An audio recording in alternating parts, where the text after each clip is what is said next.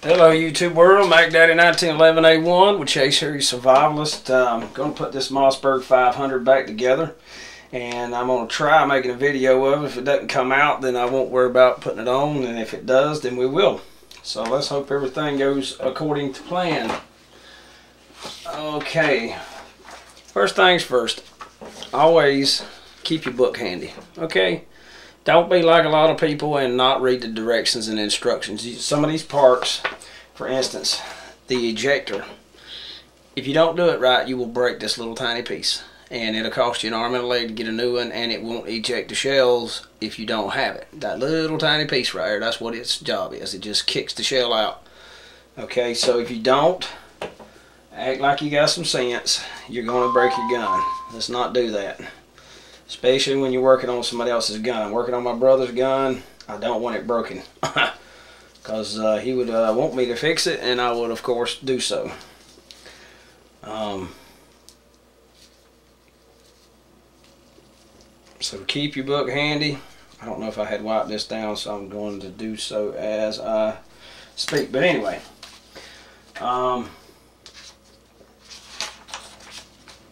Okay. Alright, place true.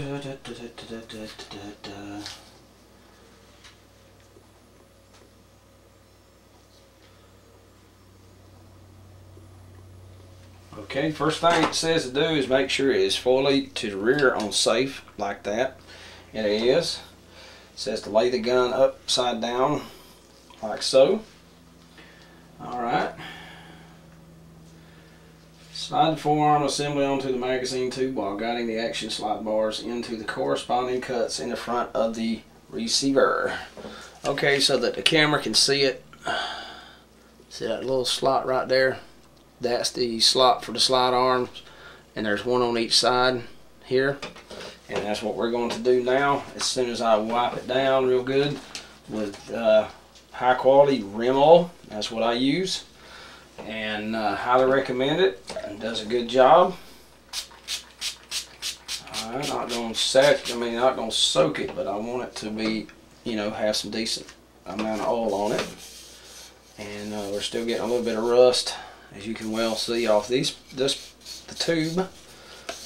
And that's fine. That'll be that much more rust we don't have to worry about. Wipe it down real good.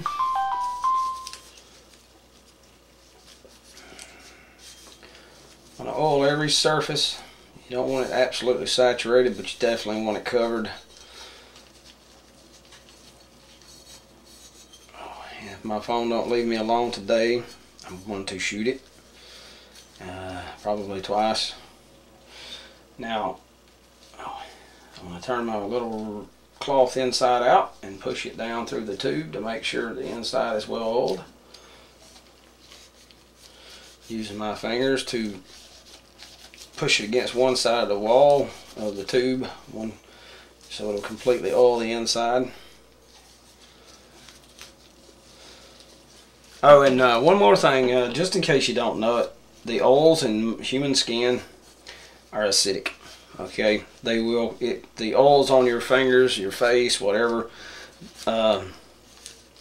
they will cause rust on your firearms or any other steel object. Okay, so just a heads up, word to the wise. Now on this, in the book, it didn't really say anything about the foregrip itself, and I had actually taken it completely apart. So before I get any further, I'm going to put it back together. Let me see, do I got that correct? I do believe I do. And let me see. Yes, indeed. Okay, put my nut back in there. That locks the actual foregrip to it. You want to wipe off any excess oil that you get on the wood, because that will cause the wood to, it'll absorb it and it will rust it big time. We don't want that, okay? So we got that. Alright. And like I said yesterday, I don't have, or on the first video, I don't have a spanner wrench. So I use the flat back of this butcher knife, and I just snug it. That's all I do. I'm not going to over tighten it, because under a heavy recoil of a massive round, I don't want it to break it. Just gently slide it over, and then right here where the holes are, work your action bars, have enough leeway in them to allow you to get them in the hole. Alright, I got it started. Let's see.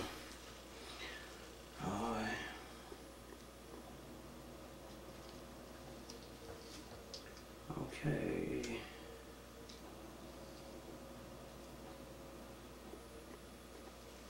Pivot the elevator so the forward portion of the elevator is even with the edge outside. Okay. Okay, this is the elevator. Okay, and you got these holes here, and they go in the holes right here. Oops, on the side of the receiver. Go ahead and install that before I get too carried away here. Get my darn action bars. Line back up over here. Alright, got that. Now this here will be turned up like this, okay? Because when the forearm is fully forward, it'll be recessed right up against the bottom of the bolt. Okay, so that's the way you want it to be right there. And you just basically push it together, push it down until it goes into the holes. Okay. Alright, pivot the elevator so the forward portion of the elevator is even with the outside edge of the cavity in the receiver. Alright, insert rear bolt assembly with the bolt lock downwards toward the front inside top of the receiver. So let's go ahead and assemble that. This is the bolt, and that hook right there goes in this slot right here. Okay, like that there, if I am not mistaken. I have been known to be mistaken. Before I insert it on my shotguns, some people may agree with this, some people may not, but I always add a little, good Lord, I'm going to end up breaking the darn thing. Add a little bit of gun grease to it, if I can find my grease. And I use Brownells Action Lube Plus, and it's in a syringe, makes it real easy to apply. And I'll just leave that there for this. This piece here pivots down and up, and that's what locks into the barrel extension. So that the bolt actually locks into the steel of the barrel, not into the aluminum of the receiver. And what I always do is put just a little grease. Good Lord, I may be about out of grease here. Just a little bit right there, and on top so it doesn't mar it up.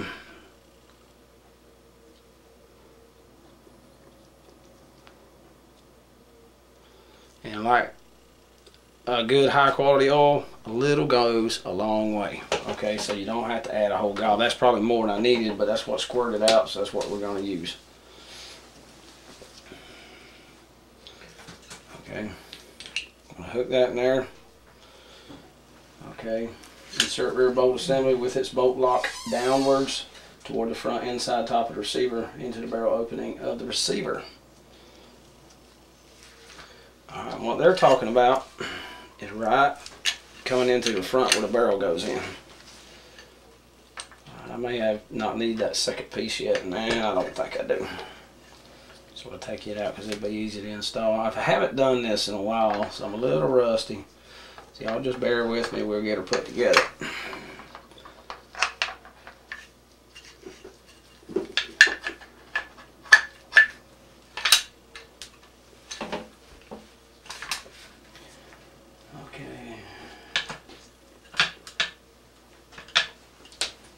Ooh, I almost screwed up.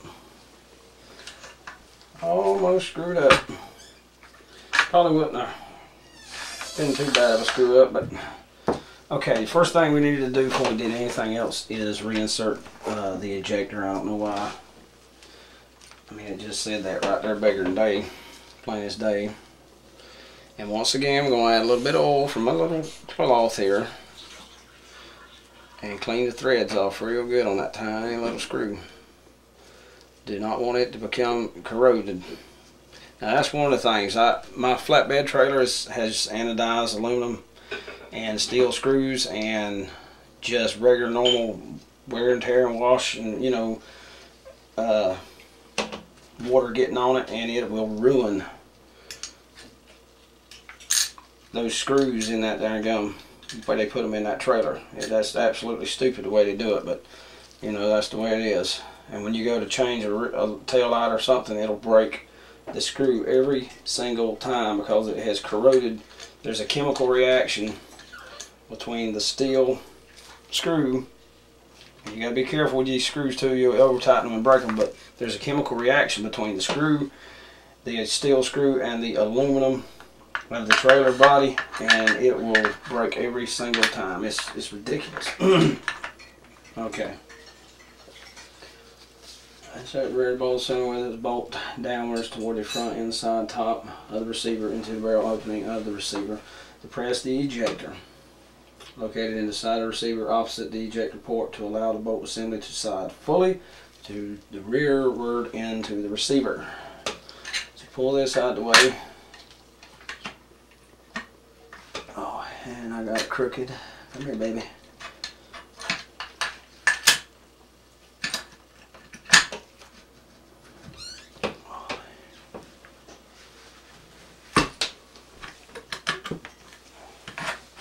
Alright, got that in there. Alright. Okay. Depress the ejector, got that, allow the bolt, okay. The ejector must fit into the corresponding slot in the bolt. Alright, it is lined up. Now this will be hard for the camera to see.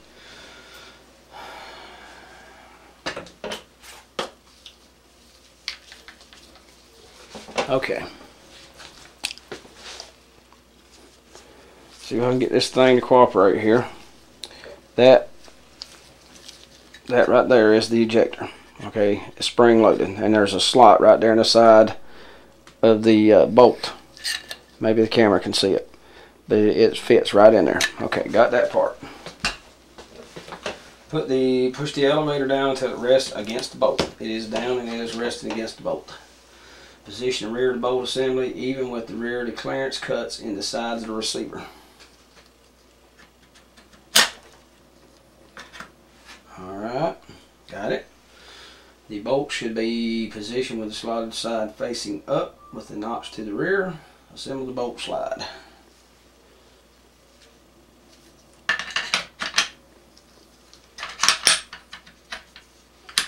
Alright, got that piece in there. Okay. Ooh, I'd like to screw it up.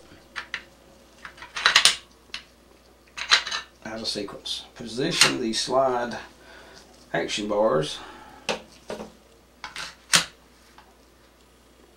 Okay, I gotta push them down. Alright. Position action bar so the notch on the bar is even with the cuts on the inside receiver walls. Okay.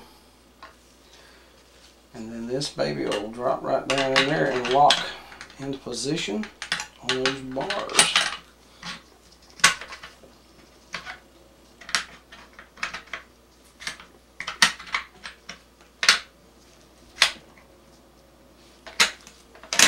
Good deal.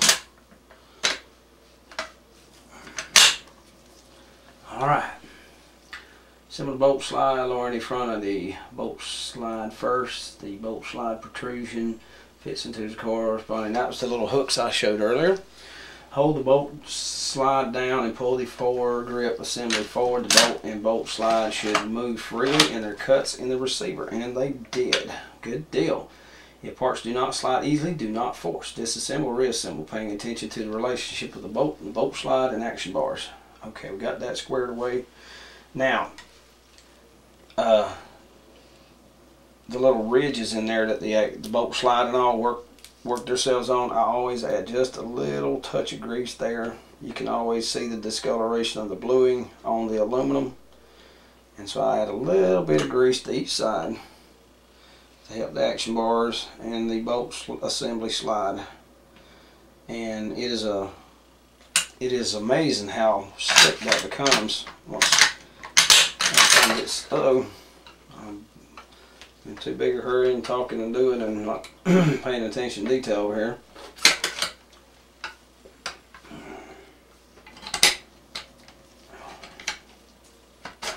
Alright, hook it back together over here. There we go. Okay, got my grease distributed, got that back where it needs to be. Position the cartridge stop and cartridge interrupter in their proper places on the inside walls of the receiver. Alright, let me see. This one here goes right there. I do believe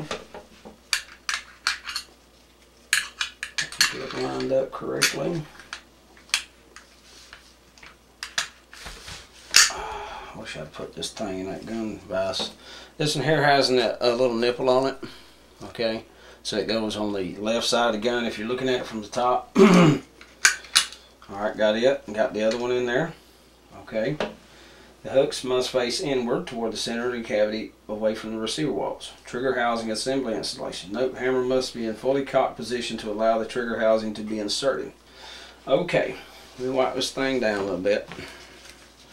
I'd already oiled it last night. Okay, on this one here, this is your hammer. Okay, that's half cock, that's full cock, and it must be in that position in order to go back into the gun. Okay, alright, hold the cartridge stub, blah blah blah, and cartridge interrupter firmly in place. Got them in there. Against the receiver walls with one hand and grasp trigger housing assembly with the other. Got it. Insert the lugs on each side of the front corner of the trigger housing into the slots on each side of the receiver.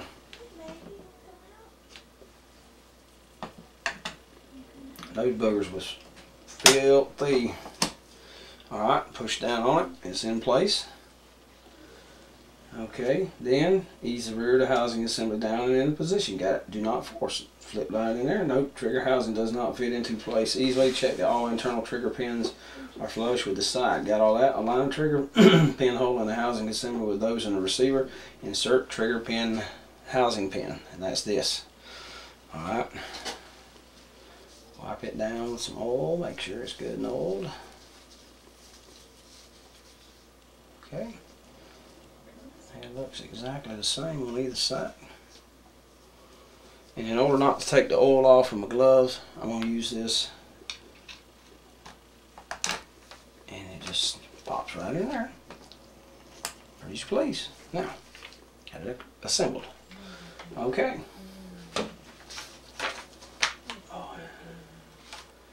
All procedures begin on page 5 of this owner's manual for barrel assembly. Well, that's plumb easy as pie. Is that baby awake? Good deal. Got a new bulldog puppy, y'all. She's cutie. Oh, want to see her? Come over this way a little bit more. There you go. Say hello. Say hello. Say my name's Raisin because I got all them wrinkles. I know somebody's going to make fun of me about the dog's name. I don't care. Simple as that. Alright. Got that.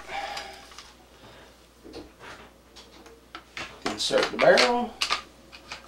Should not be in a bind in any way, shape, or form when you're putting it on here. Okay. It should go in easy as pie.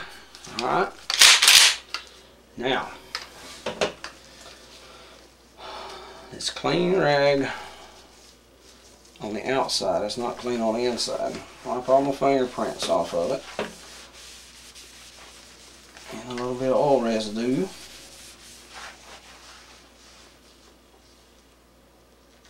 I'll leave my gloves on for now.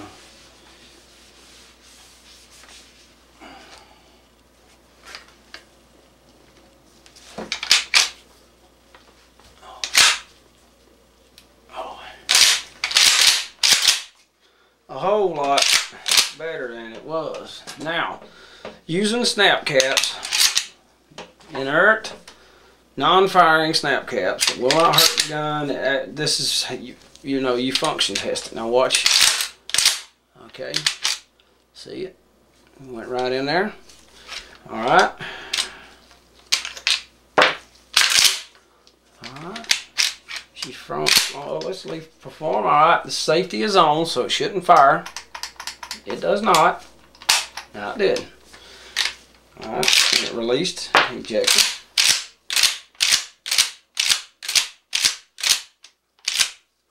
Nothing to it. Nothing to it. Alrighty, everything's looking very good in there. Alright, this is Mac Daddy 1911A1 with the Shade Tree Survivalist finished my brother's gun. I'm going to oil it just a little bit more on all the moving components to make sure, and I see a little bit of crud there I missed. We'll make sure I get all that squared away. I hope you guys got something from this short series of videos. And there's nothing to it, but like I said, no matter what kind of gun you got, get the owner's manual, okay? This is the owner manual for my 590. It works on a 500. It works on an 835 Ultimag, okay? And you can go to Mossberg.com or MossbergFirearms.com, and I don't even think they had a website when this book was made, but you can get this book. You can have it. You can download it as a PDF file, or you can write them or send them an email, and they'll be happy to send you one, okay? That's what all responsible gun owners should have, and should read the damn thing, okay? Anywho, this is Mac Daddy 1911A1 with the Shade Tree Survivalist. Signing off. Y'all have a good day.